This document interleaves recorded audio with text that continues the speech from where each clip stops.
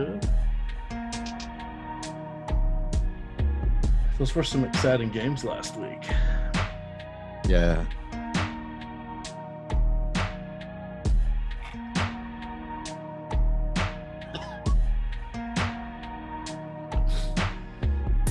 Oh, so LeBron is sick of losing. Is that his illness? Yes. I can't see him sitting tonight, though. Right? I don't know. National TV against Embiid. Well, do you see Davis playing tonight? I don't. That's the thing. Then LeBron's definitely in. But you got Westbrook. Oh, well. LeBron's definitely in. 32% field goal.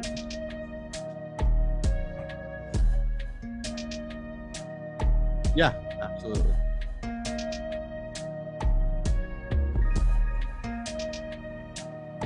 Welcome in. We appreciate you hanging with us here as we get ready for championship weekend. We're going to cook it up prize picks edition here. Myself, EMac, Mike Awesemo is producing. So if you're in the house, hit that thumbs up button, like this video. It's all we ask, and that you're subscribed. Of course, you have any questions, any plays, any sharp angles on prize picks, throw them our way, as EMac once again throughout the week has looked at everything we possibly have available to us projection-wise on Awesemo, gone through what the books have, and then found that healthy, happy medium with prize picks. I don't know if we can duplicate the level of theater that we got, sir, from last weekend, but that doesn't mean there's not a ton of value on the board here.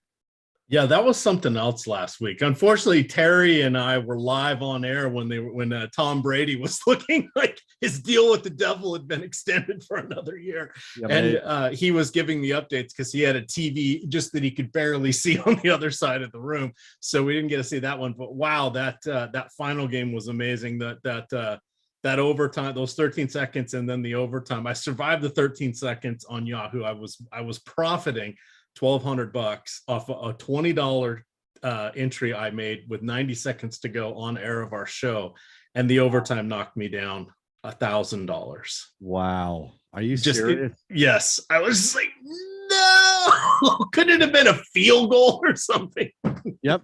Yeah. Look, I have nothing to say to you because I got my ass beat up and down the block for 3 straight games, and I needed the Chiefs just money line on multiple, like 7 different plays just to kind of break even and have my head above water. So you see how this thing works here. 13 seconds to go. I'm ripping up digital tickets like there's nothing left in my pocket. And then it's the same to see, it's a zero sum, right? And it's always going to be one or the other. I'm sorry, my friend. I was on the other end of that. Yeah, it's all right. It's all right.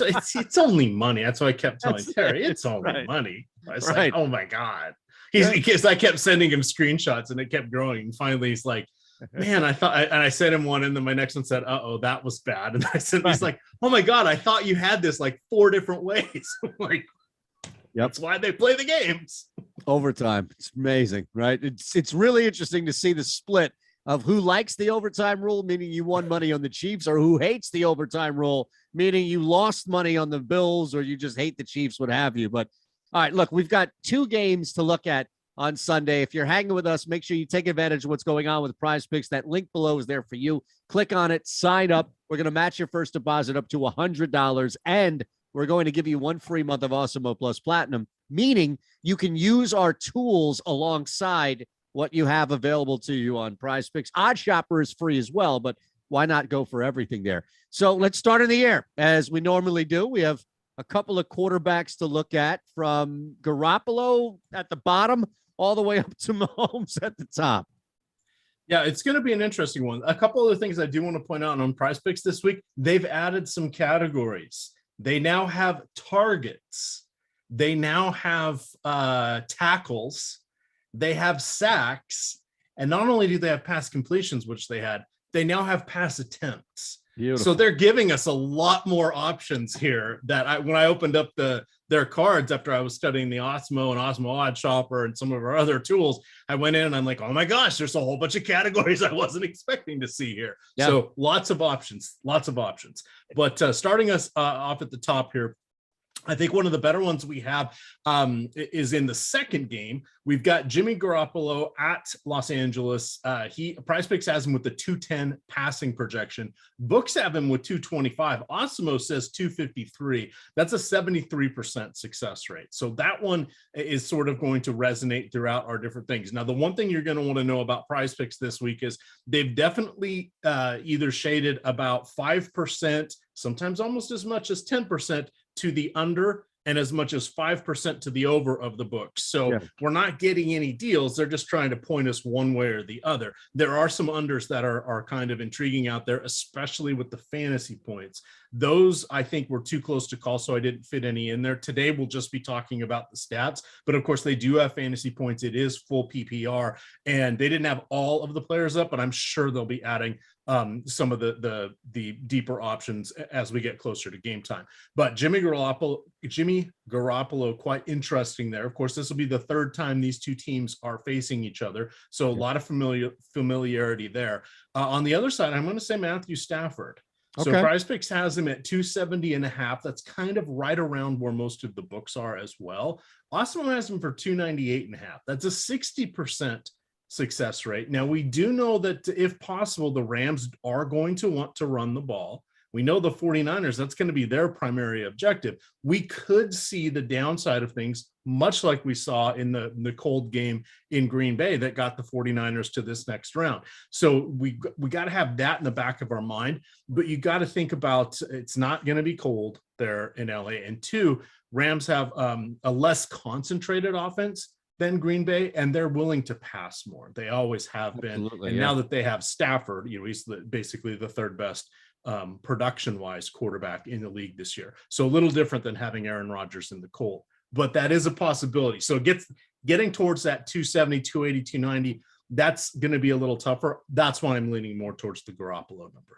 Yeah, I mean, you're definitely going to get a break here at PrizePicks versus the books. And then you look at the projection, the gap that we have, you're not going to find that really even with Stafford.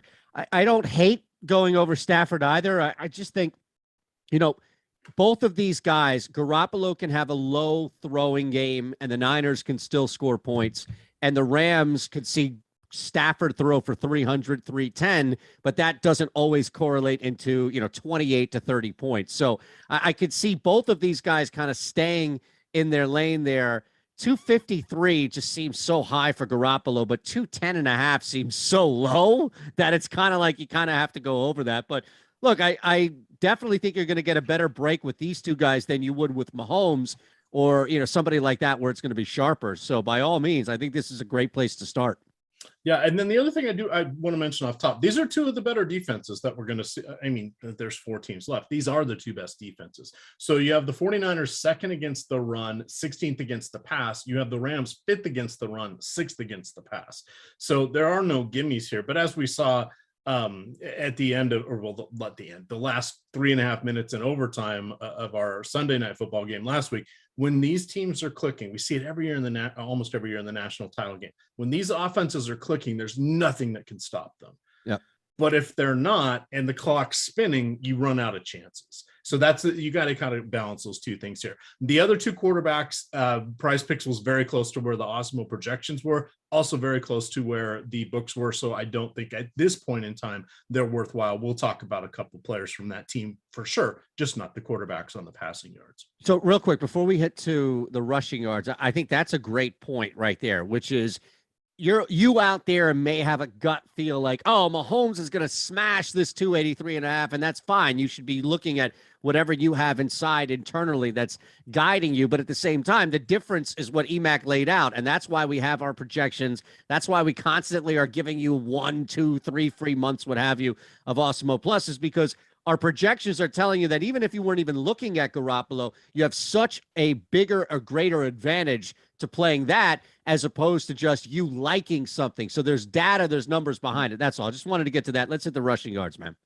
All right, so rushing, we're going to get some representatives from three of the teams. We have Cam Akers here going against San Francisco. Now, we don't know exactly what the return is going to be for, or I didn't see any as of yet for Darrell Henderson. Even if he comes back, all that's doing is just giving them one other option. We saw Cam Akers, clearly the better talent of these guys. But remember, he missed the entire season. They brought him back for the playoff rounds here after his preseason injury. He did get a ton of carries last week. The game before, he looked spry on a couple plays, didn't quite come to fruition against Tampa Bay. Let's not forget, again, I just said San Francisco is one of the top 3 rushing DVOAs. This is a tough matchup for him. We're looking for him to get there on volume. If he gets those 20 carries again, it's going to be very feasible for him to get 55 rushing yards. PrizePicks has, or 55.5. Awesemo has him at 75. That's a 65% success rate. As long as Henderson is not active, I feel pretty good about this because I just think the opportunities will be there for him first and foremost. Staying in that same game, we have a little bit of a split backfield here with Deebo Samuel and Eli Mitchell. Now, Mitchell is dealing with a sore knee. Basically, the reports are fully expected to be a full go. Not all of the books had those numbers up. A couple of them did. I'm sure that will sort itself out tonight or into tomorrow morning. But all of the 2 different news blurb sites I went to basically were saying he should be a full go, not an issue. So PrizePicks has, and I think this is a stay away, but I just wanted to call that out, that this is not a put all your chips in the table on Deebo Samuels. So Eli Mitchell, 66.5 on PrizePicks. Awesemo has him at 70. Don't see an advantage there, but that also you'll want to say the Deebo Samuel, I think, is a little interesting, at least 36.5 on PrizePicks. Awesemo has 49.5. He's kind of getting around 50 yards. We know he's going to get the premier carries. Volume is going to go to Mitchell. We know that Mitchell's healthy, and even when Deebo heading into last week, he only had 1 10-carry game. It was since he sort of started moonlighting as a running back. So he looks great when he does touch the ball and gets those opportunities, but that's going to be nip and tuck down the stretch to get him. And then finally rounding out our running back options, we have Joe Mixon. He is my favorite, by the way. Yeah. At Kansas City. He is going with a 51.5 rushing total on PrizePicks. Awesemo has him for 70.6. It's a 65% rate, but if we envision this one, and this is what you want to do, especially with the playoff games, if we're envisioning this one, can you see Cincinnati trying to do a couple drives early in the game centered around him? If you can, while Kansas City has an improved rushing DVOA, they're still in the bottom 10. They're no longer last like they were for about half the season, but they're like, depending on the metrics, between fourth to last and 8th to last. We'll call it bottom 3rd. So on the upswing, but this is for all the marbles. So if you foresee Joe Mixon getting a few drives where he is featured, this could be one where he would get it. I don't know that he'll get it towards the end of the game because the odds are Cincinnati's playing from behind. By most conventional scripts, or they're passing to keep up. They are. But here's the thing: he doesn't go anywhere. Yeah. And you mentioned volume earlier, as far as that being a concern for Deebo. There's nobody else that's going to touch the football in the backfield. So from a running back standpoint, you're pretty much guaranteed, as you mentioned, if it's early drives or. Look, a lot of people think this game could be close. It's a 7.5 point line. If Cincinnati is hanging 7-10 points, EMac, with 2 minutes to go in the third quarter, I don't think they fully abandoned Joe Mixon, A, because he's good, and B, also because, as you mentioned, you could still wear down that rush defense. I think of all that you laid out here, this was my favorite from a rushing standpoint, simply because there's nobody else in his way if they're running the football or if they still need to keep him on there. He's great for a touchdown, I think, as well, but 51.5 is low compared to wherever you look. I love it. All right. I think we're going to be following Shander Show on Twitter. I'm sensing you doing some sort of a same game parlay here featured around Mixon. Well, look, you got me thinking right here. Actually, I already have one. You know what? Do you want it right now? I already put it in. Slide it in. Slide it in. It's Joe Mixon. Here, let me go ahead and find it. Joe Mixon, same game parlay. Joe Mixon over. Now, look, this is the difference. The books are giving me 56.5. EMac at PrizePicks is giving you 51.5. You're getting a full 5-yard break. I have over 56.5 and Joe Mixon to score not 1, but 2 touchdowns at plus 647. And here's why. Because Mixon is going to touch the ball so much on the ground, and I was bringing this up with Rasa on the Odd Shopper betting show, EMac, is that there are going to be a couple of opportunities, big plays where Chase gets pushed out of bounds at the 2-yard line. There's going to be a penalty in the end zone. There's going to be some opportunity or 2 or 3 where it's not going to be Burrow tucking it from 2 yards out. It's going to be our buddy Joe Mixon. So this is a big Mixon Sunday for me. All right. I got a lot invested. All right. Well, you're going to be having some fun in the early game. And remember, the games are at 3 and 6:30. So we will have coverage for all of those on Sunday. Again, no games on Saturday, but we got NHL, we got NBA, we got all sorts of stuff here. Moving on to the receiving yards, this is where we're leaning heavy on the 49ers. So Kyle Juszczyk, 8.5 receiving yards. Awesemo has him for 20.5. Again, we talked about this one last week. We just need him to get one. This is wild. One catch. Right. 2 catches, he's going to get it. But he's a guy that, it's like, oh, if he gets carries or whatever. No, he's got less than 10 carries on the year. If he does anything, it's going to be receiving. And I think that one is an interesting one. George Kittle, depending on how you feel about him blocking versus going out and running routes, we're getting a 48.5-yard target here on PrizePicks. Awesemo has him for 65.5. That's 70% chance of success. So I like that one. And I like the Juszczyk one. And you can play those on the same cards. I mean, come on, Juszczyk needs a catch. He's not going to be infringing from anybody else. And then Deebo Samuel. This is where it gets interesting. The rushing yards, a little tough. Receiving yards, 48.5. We have him for 69.3. That's a 73% success rate. We need him for 4 or 5 catches. We need him for about 7 or 8 targets. That's right around what he's getting since he's been since about the last 8 or 9 weeks when he's moved into that backfield by committee there. So he's on the field all the time. He just doesn't always get the passes, but I do like him for this one here. Yeah, I think it's a great strategy here to attack that by even all right, looking at that here. I mean, look, you're probably not going to be able to find a Juszczyk on most books, which again is a nice little angle here that you could play him on that. Cooper Kupp has a pretty big number there. I see you have Tyler Boyd that you're eyeing as well outside of Jamar Chase. Yep. So I've got Cooper Kupp as a stay away here, but I wanted to point out PrizePicks has him at 101.5. That's the same as the books. Awesemo has him for 113.5. We need everything to go right. Is he going to get there? Well, my God, he did almost every game this year. It's the playoffs. It's the 49ers. They have a good passing defense. There are a lot of other options.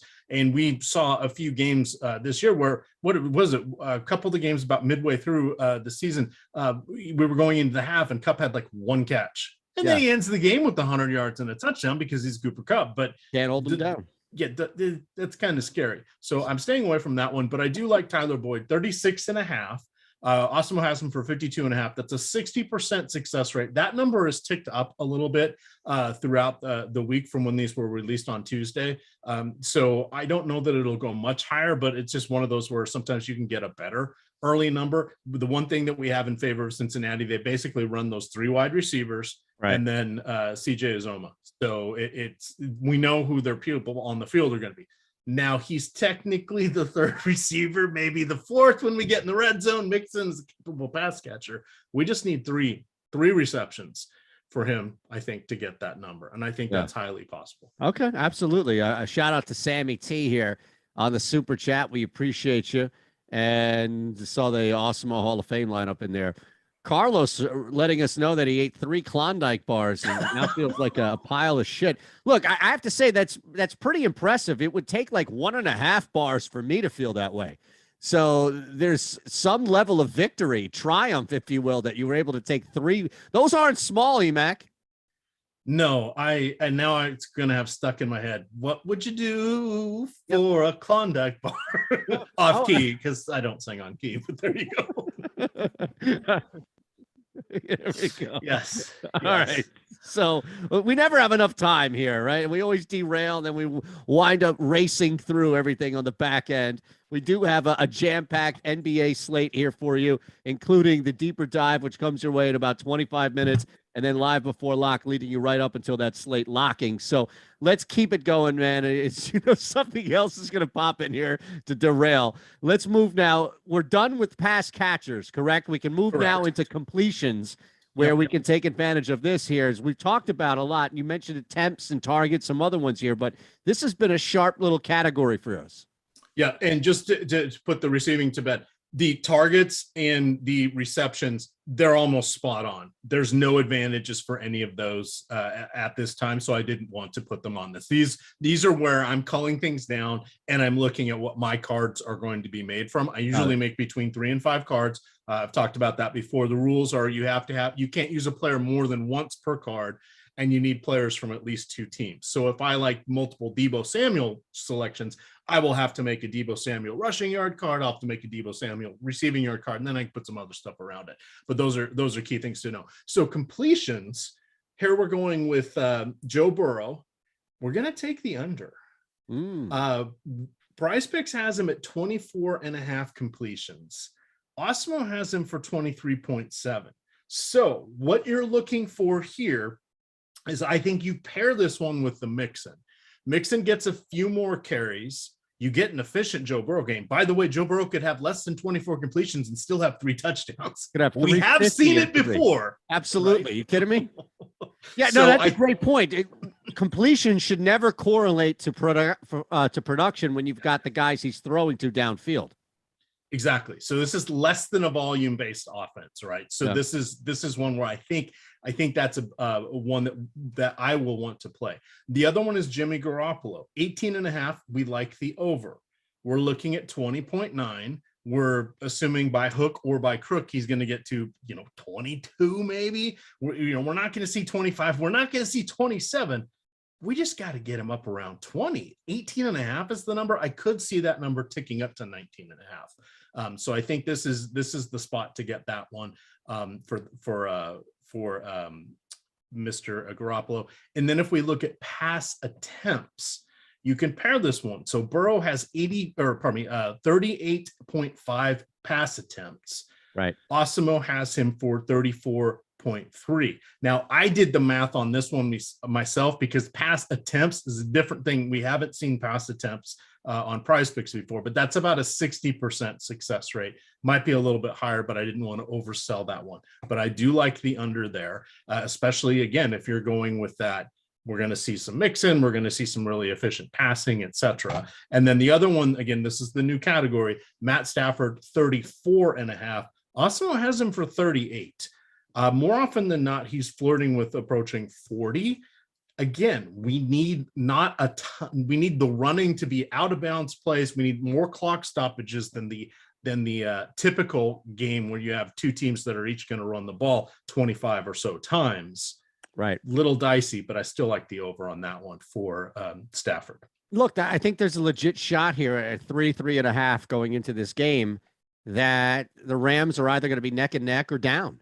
And they're going to have to play from behind. I'm not saying they're going to be buried into some crater that they're going to have to crawl out of at the end of the third quarter, but very realistic that they are going to abandon. And here's the thing. Why would you, unless the guy's running all over San Fran's defense, which we don't anticipate, why would you have any hesitation moving away from Cam Akers if you're down by a touchdown when you have that arsenal around Matthew Stafford? So, yeah, I love this if they get up early. I love this if it's a tight game. I love this if they're down. Matthew Stafford going over 34.5 attempts.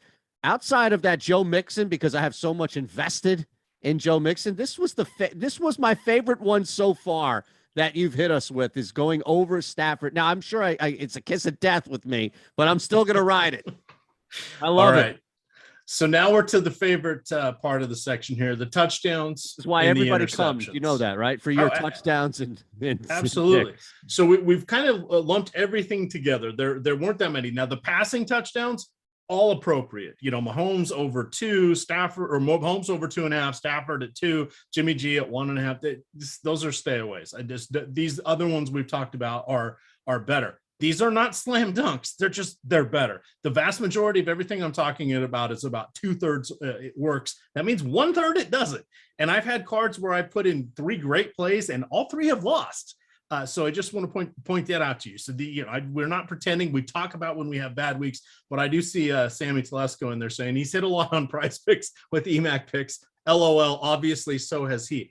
PrizePicks has been very, very good to me. I've went on some nice runs, and now I'm kind of maintaining. but you'll find yourself getting into heaters here. This is not one where I don't think you get cocky. I don't think you brag, but this is a kind of week where you build a bunch of $5 and $10 cards. And if you were going to play $50, make, 4, 5, 6 cards. If you're going to play 100 cards, do them in the $20 increments and make some of them flex plays, make some of them 3-pick cards, make some of them 5-pick cards, but you kind of want to diversify what you're doing. And you can have a fair amount of overlap amongst the questions, but just kind of give yourself a few outs here and there is the one thing I do want to say. So wrapping it up, touchdowns, Tyreek Hill has a 70% chance for a receiving touchdown. It's a big number. That's one of the biggest ones we've seen all year. So that's a big one. Deebo Samuel has a 15% chance of a rushing touchdown, 42% chance of a receiving touchdown. That's 57% chance. He's an anytime touchdown. And then the other one, Joe Mixon, 53% chance of a rushing touchdown, 11% chance of a receiving. It works out to about 60%. You can't really add them both together, but you kind of smush it proportionally. He's about 60%. You heard Eytan talk about how he liked that one. I need 2. You need 2. Yeah, you're hey, but you never know. You never know. Go for the glory, go for the gusto. That's right. Interception. So we actually are projecting Matt Stafford for 1.02 interceptions. I am not going to say he has 100% chance of throwing an interception. I'm going to go with 80, but we do have him projected for 1.02 interceptions. I really like that one. Burrow's at like 0.8 something. So I said that's 75%. And then Garoppolo's around a 70%. Those are all pretty good. Heck, put all 3 of those in one of your cards. Say they each get one. And maybe you'll be walking like the fire guy to cash those tickets, as Twitter likes to say when they win. Notice how I don't take Twitter victory laps. This is a marathon, not a sprint game. Absolutely. Unless you're going to post your Twitter losses, then exactly. Which, look, if you're posting Twitter losses, then post away, post everything. I'm totally with you on that one, man, by all means. All right, so I think we hit a lot here. Look, you know me, Joe Mixon, I'm slamming the hell out of that. But the Tyreek Hill projection that we have, especially for a receiving touchdown, again, if you wanted to just play it conservatively, then you go over there. You can take that and put that on any bet that you'd like as far as in any time. You're probably going to get some decent value on 2. But that's telling us at the very least that Hill's going to have as close to a lock for a receiving touchdown. Then you could just add that into an anytime. So that's great work, man.